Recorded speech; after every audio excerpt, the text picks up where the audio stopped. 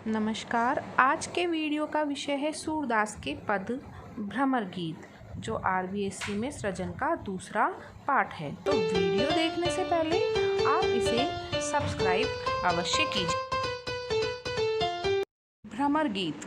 भ्रमर गीत शब्द भ्रमर और गीत दो शब्दों के मेल से बना है।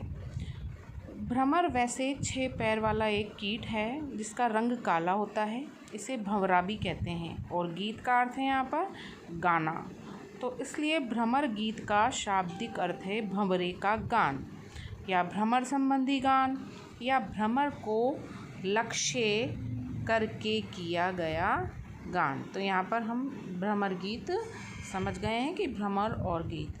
अब यहाँ पर सूरदास जी का जो भ्रमर गीत है या भ्रमर गीत किस लिए कहा गया है कि जब श्री कृष्ण ने मथुरा से निर्गुण ब्रह्म संबंधी ज्ञान देकर उद्धव जी को ब्रज क्षेत्र में भेजा था। किसको भेजा था? उद्धव जी को, ताकि विरह वियोग की आग में झुलसती गोपियों को संदेश देकर समझा सकें। तो यहाँ पर हम देखेंगे कि उद्धव जी को श्री कृष्ण ने भेजा था संदेश देकर।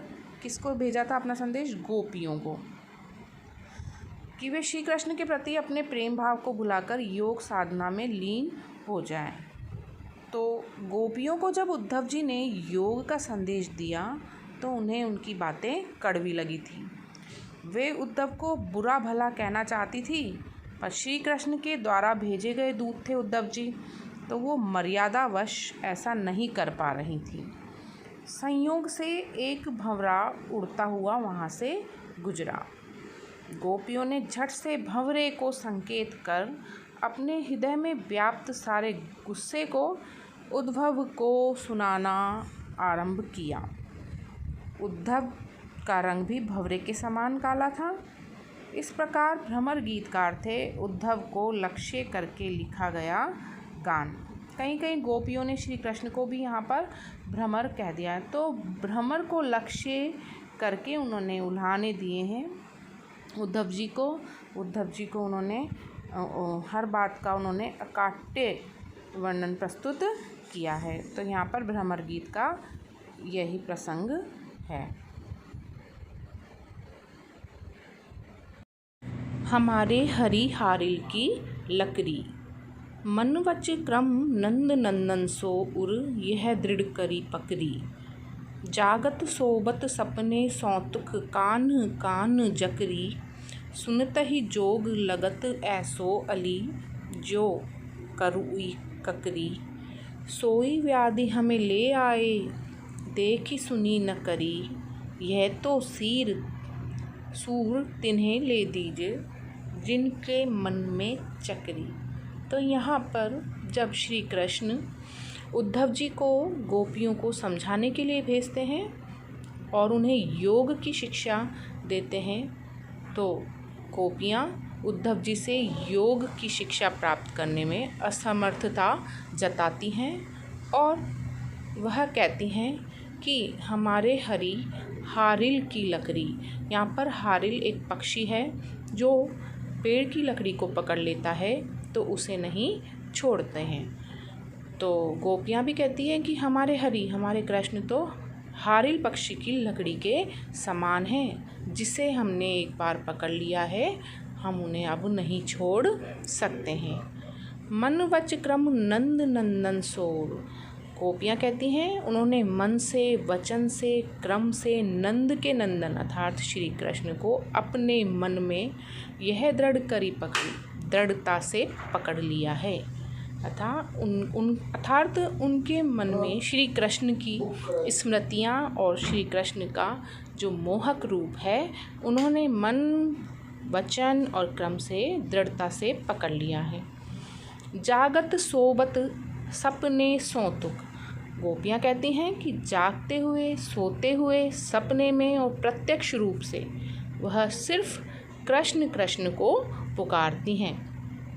सुनता ही जोग लगत ऐसो अली। अली यहाँ पर भंवरे को कहा गया है और गोपियाँ कह रही हैं कि जोग अर्थात योग की बातें सुनते हुए हे भ्रमर ऐसा लगता है जो करुई ककरी ऐसा लगता है जैसे कि कड़वी ककड़ी हो। तो यहाँ पर योग को गोपियों ने कड़वी ककड़ी के समान बता दिया है।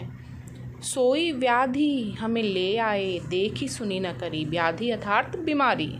गोपियाँ उद्धव जी से प्रश्न करती हैं कि यह कैसी बीमारी हमारे लिए लेकर आए हो, जिसको न तो हमने कभी देखा और न ही कभी सुना।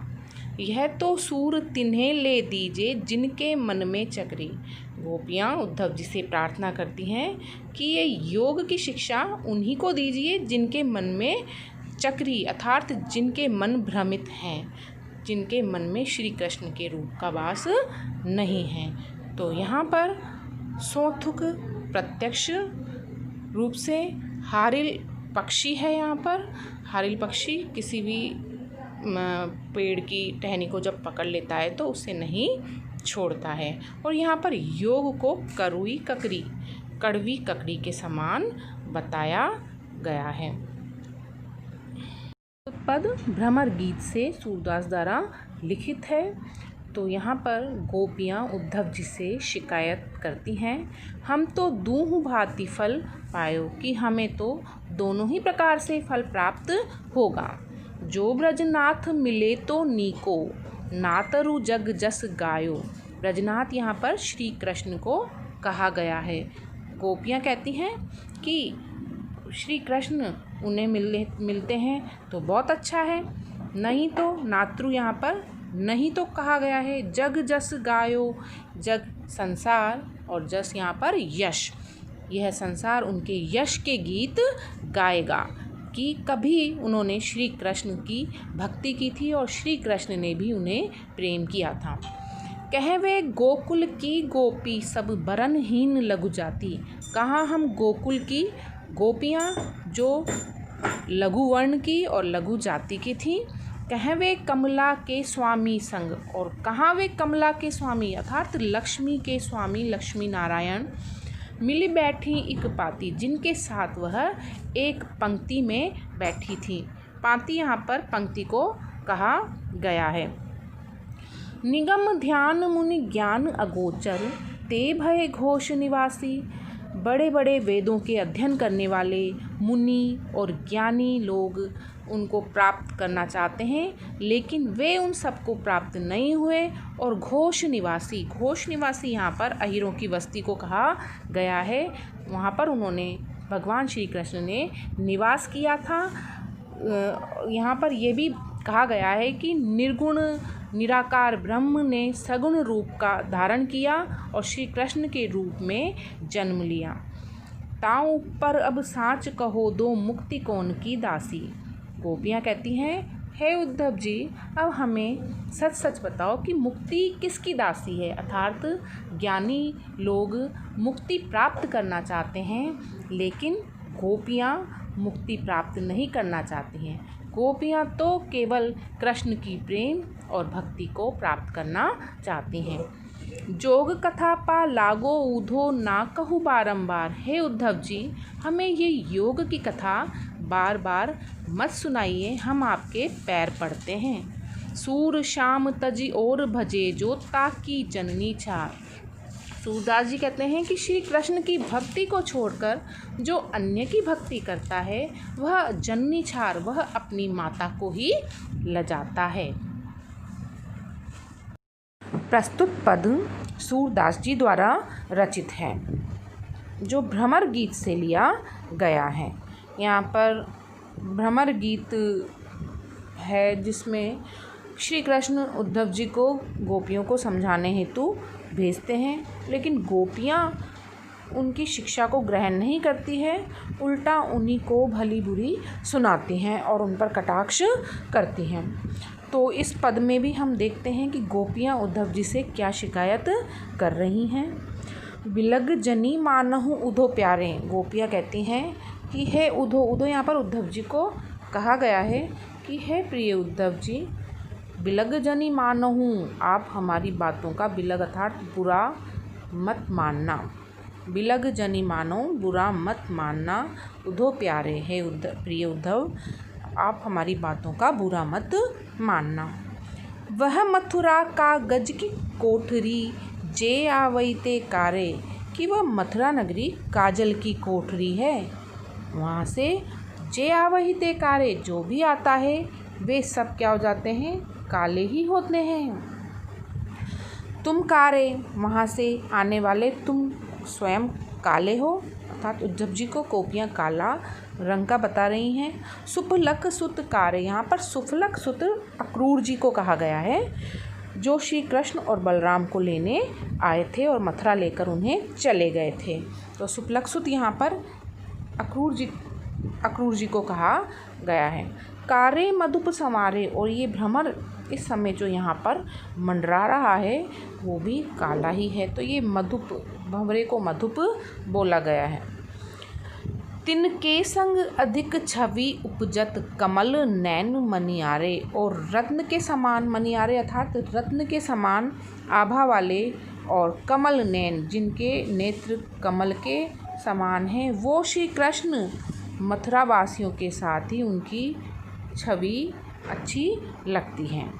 तिनके संग अधिक छवि उपजत, कमल नैन मनियारे, रत्न के समान आभा वाले, कमल जैसे नेत्र वाले श्री कृष्ण की छवि मथुरा वासियों के साथ ही अधिक प्रिय लगती है, क्योंकि वो यहाँ से गोपियों को छोड़ के चले गए हैं जो बहुत ही सुंदर थी और उनसे प्रेम करती थी, लेकिन श्री कृष्ण वहाँ पर जाकर बस गए। तो गोपियाँ यहाँ पर कटाक्ष कर रही है कि उनकी छवि तो मथुरा के काले लोगों के साथ ही अच्छी लगती है, और मथुरा के लोगों पर यहाँ पर कटाक्ष किया गया है।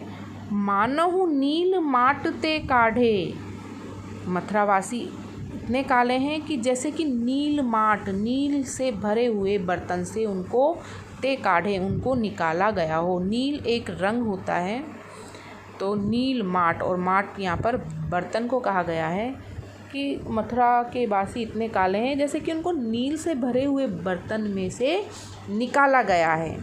और फिर क्या किया गया है, ले जमुना जाए पखारे, और उनको जमुना यहाँ पर यमुना को कहा गया है, पखारे मतलब धो दिया गया है। तो नील के बर्तन में से किसी को डाला जाए और उसको यमुना नदी में धोया जाए, तो यमुना नदी का पानी भी क्या हो जाएगा, काला हो जाएगा। तो यहाँ पर कहा गया है तागुन श्याम भई कालिंदी, कालिंदी यहाँ पर यमुना को कहा गया है, और कालिंदी उसका रंग काला है इसलिए, तो इसी कारण कालिंदी अर्थात यमुना का रंग भी काला हो गया है। मथुरा वासियों के यमुना नदी में स्नान करने के कारण यमुना नदी का पानी काला हो गया है। सूर श्याम गुण न्यारे, सूरदास जी यहाँ पर कहते हैं कि गोपियाँ उद्धव जी से कहती हैं, और श्याम श्री कृष्ण के गुणों की हम कितनी बातें करें, कितना वर्णन करें, वे तो सबसे अलग हैं, न्यारे अलग विचित्र हैं, तो उनके गुणों का तो बखान ही नहीं यहाँ पर किया जा सकता। तो यहाँ पर सुंदर ब्रज भाषा का प्रयोग श्री कृष्ण के द्वारा किया गया है। प्रस्तुत पद भी भ्रमर गीत से लिया गया है, और यहाँ पर जब उद्धव जी गोपियों को योग का संदेश देते हैं तो गोपियाँ उन पर यहाँ पर फिर से कटाक्ष करती हैं। तो हम इसका भावार्थ देखते हैं। अखियाँ हरि दर्शन की भूखी, गोपियाँ कहती हैं कि हमारी आँखें तो श्री कृष्ण के दर्शन की भूखी है, अर्थात उनके कृष्ण के दर्शन को देखने के लिए लालायित हैं।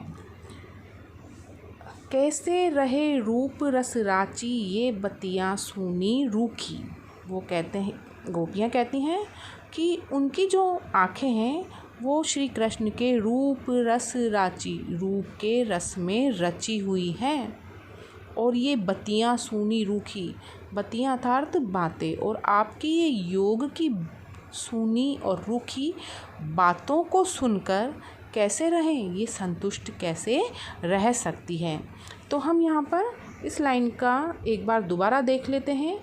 अखियाँ हरि दर्शन की भूखी, की गोपियों की आँखें हैं जो श्री कृष्ण के दर्शन की लालसा में भूखी हैं, उनको सिर्फ श्री कृष्ण के दर्शनों की लालसा है। कैसे रहे रूप रस राची, ये बत्तियाँ सूनी रूखी, और उनकी जो आँखें हैं वो श्री कृष्ण के रूप के रस में रची हुई है, और ये योग की रूखी और सूनी बातें सुनकर वे कैसे संतुष्ट रह सकती हैं। अवधि गणत इकटक मग जोबत। श्री कृष्ण जब से मथुरा चले गए थे तो वे अवधि मतलब समय को गिनती रहीं कि वो कब आएंगे। इकटक मग जोबत, इकटक मतलब एक टक, बिना पलक झपकाए, मग मतलब उनके मार्ग, उनका रास्ता, जोबत जोहती रही, वह उनके आगमन की प्रतीक्षा करती रही। तो गोपियाँ यहाँ पर कह रही है अवधि गणत इकटक मग जोबत, जब से श्री कृष्ण चले गए हैं वह दिन गिनती रहीं और इकटक मग जोवत, और बिना पलक झपकाए उनके मार्ग को देखती रही, अर्थात उनकी प्रतीक्षा करती रही। तब एती नहीं झुकी, तब भी उनकी आँखें इतनी नहीं दुखी जितने अब उनकी योग की बातों को सुनकर दुख रही हैं। तब एती नहीं झुकी, तब भी वो इतनी नहीं दुखी। अब इन जोग संदेशन ऊधो अति अकुलानी दुखी। गोपियाँ कहती हैं कि हे उद्धव जी, अब ये योग के संदेश को सुनकर, जोग संदेशन योग के संदेश को सुनकर उनकी आँखें अत्यंत अकुला गई है और दुखी हो गई हैं। बारक बह मुख फेर दिखाहो, दूही पय पिबत पथु की। उद्धव जी से गोपियाँ प्रार्थना करती हैं कि एक बार वही श्री कृष्ण का मुख हमें दिखा दीजिए, एक बार फिर वही श्री कृष्ण का मुख हमें दिखा दीजिए। कौन सा मुख? दूही पय पिबत पथु की यहाँ होता है पत्तों का दोना, वह मुख जिसके द्वारा पत्तों के दोने में, पय यहाँ पर दूध को बोला गया है और पिबत पत्तों के दोने में दूध दोह कर, दूह मतलब दूध निकाल कर, गाय का दूध निकाल कर पत्तों के दोनों में दूध पीते थे, उसी मुख को एक बार हमें दिखा दीजिए। यहाँ पे पथु की पत्तों का दोना, पय दूध और पिबत पीते थे। तो जिस मुख के द्वारा श्री कृष्ण पत्ते के दोनों में गाय का दूध दूह कर पीते थे, हमें श्री कृष्ण का एक बार वही मुख दिखला दीजिए, अर्थात दर्शन करवा दीजिए। तो उन्हें योग के संदेश सुनने में कोई रुचि नहीं है, उनकी आँखियाँ तो श्री कृष्ण के दर्शनों की भूखी हैं। आगे गोपियाँ कहती हैं सूर सिकत हटि नाव चलायो, ये सरिता है सूखी। गोपियाँ यहाँ पर कहती हैं कि उनको योग के संदेश सुनाना उसी प्रकार है जिस प्रकार रेत, सिकत यहाँ पर रेत को कहा गया है, रेत में नाव चलाना मुश्किल होता है क्योंकि यह रेत रूपी नाव तो सूखी हैं। सरिता यहाँ पर ये जो रेत रूपी नदी है वो सूखी है और इस पर योग के संदेशी रूपी नाव चलाना अत्यंत दुष्कर है। तो यहाँ पर इसका यह भावार्थ था। ये पद भी सूरदास द्वारा रचित है जो भ्रमर गीत से लिया गया है। तो इस पद में जब उद्धव जी निर्गुण ब्रह्म की आराधना करने का उपदेश गोपियों को देते हैं तो गोपियाँ निर्गुण ब्रह्म के बारे में ही उनसे बहुत सारे प्रश्न कर देती हैं। तो हम इसको पढ़ते हैं। निर्गुण कौन देश को बासी। गोपियाँ उद्धव जी से कहती हैं कि ये निर्गुण जिसकी आप हमें शिक्षा दे रहे हो कि हम उसकी आराधना करें, वो किस देश का रहने वाला है, किस देश का निवासी है। उन्होंने तो इसके बारे में पहले कभी सुना ही नहीं। मधुकर, यहाँ पर मधुकर भंवरे के रूप में उद्धव जी को ही कहा गया है। हंसी समझाए, बुरा मत मानिए, हमें हंसकर समझा दीजिए। सोह दे बूझती साँच, हम आपको सोह दे मतलब सौगंध देते हैं या कसम देते हैं बूझते हैं और सच पूछ रहे हैं। बूझती मतलब पूछ रही हैं सच, सच सच पूछ रहे हैं, न हंसी, हम कोई हंसी नहीं कर रहे हैं। तो हम इस पंक्ति को एक बार और दोबारा देख लेते हैं। मधुकर हंसी समुझाए, सोह दे बूझती साँच न हासी। कि हे मधुकर, हे भ्रमर या हे उद्धव जी, हंसकर हमें ये समझा दीजिए कि निर्गुण किस देश का वासी है। सो दे बूझती साँच, हम आपको सौगंध देकर सच सच पूछ रहे हैं, न हंसी, हम कोई हंसी नहीं कर रही हैं। को है जनक जननी को कहियत, इस निर्गुण का जनक अर्थात पिता कौन है। जननी को कहियत, इसकी माता किसको कहते हैं। कौन नारी, इस निर्गुण की पत्नी कौन है। को दासी, और इस निर्गुण की दासी कौन है। तो निर्गुण ब्रह्म को लेकर गोपियों ने यहाँ से उद्धव जी से बहुत सारे प्रश्न कर दिए हैं कि कौन उनका पिता है, उनकी माता किसको कहा जाता है, कौन उनकी पत्नी है और कौन उनकी दासी है। कैसो बरन भेष है कैसो, इस निर्गुण ब्रह्म का वर्ण कौन सा है, कैसा भेष है। के ही रस में अभिलाषी, और किस रस में निर्गुण की रुचि है। पावे गो पुनि कियो आपनो, जोरे कहेगो गासी।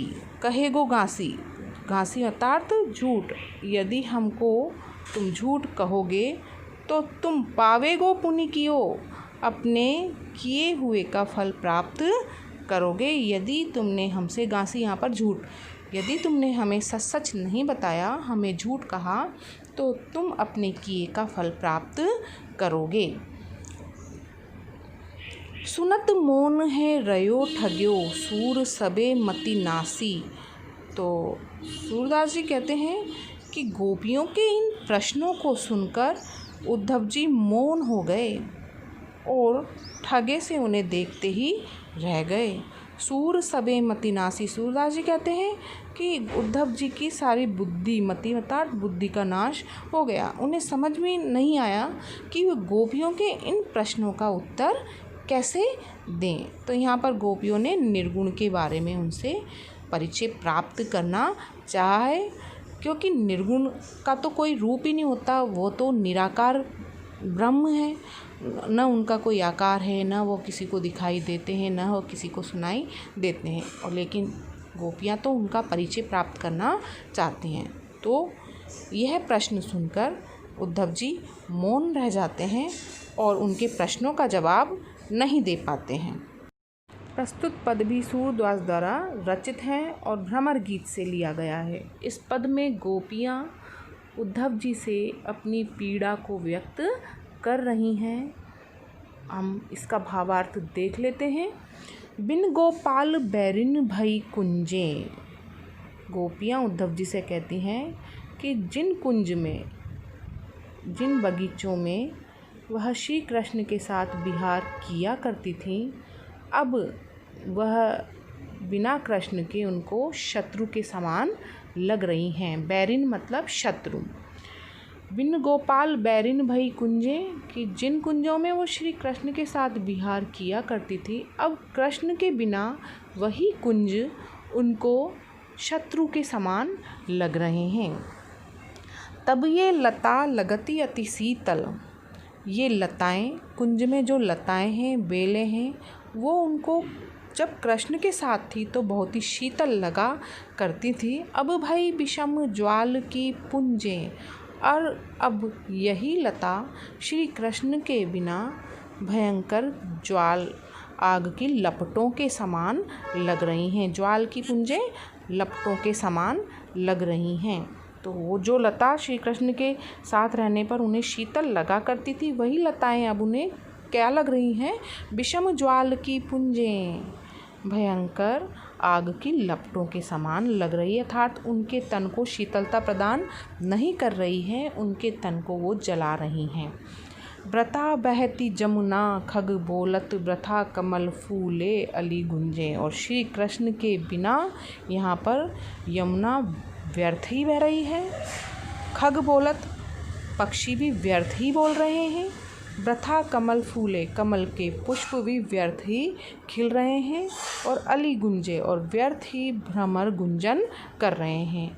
तो जब कृष्ण यहाँ थे तो यमुना का बहना, पक्षियों का बोलना, कमल के पुष्पों का खिलना और भ्रमर का गूंजना भी गोपियों को तभी अच्छा लगता था, लेकिन अब ये सब चीज़ें उन्हें व्यर्थ लग रही हैं।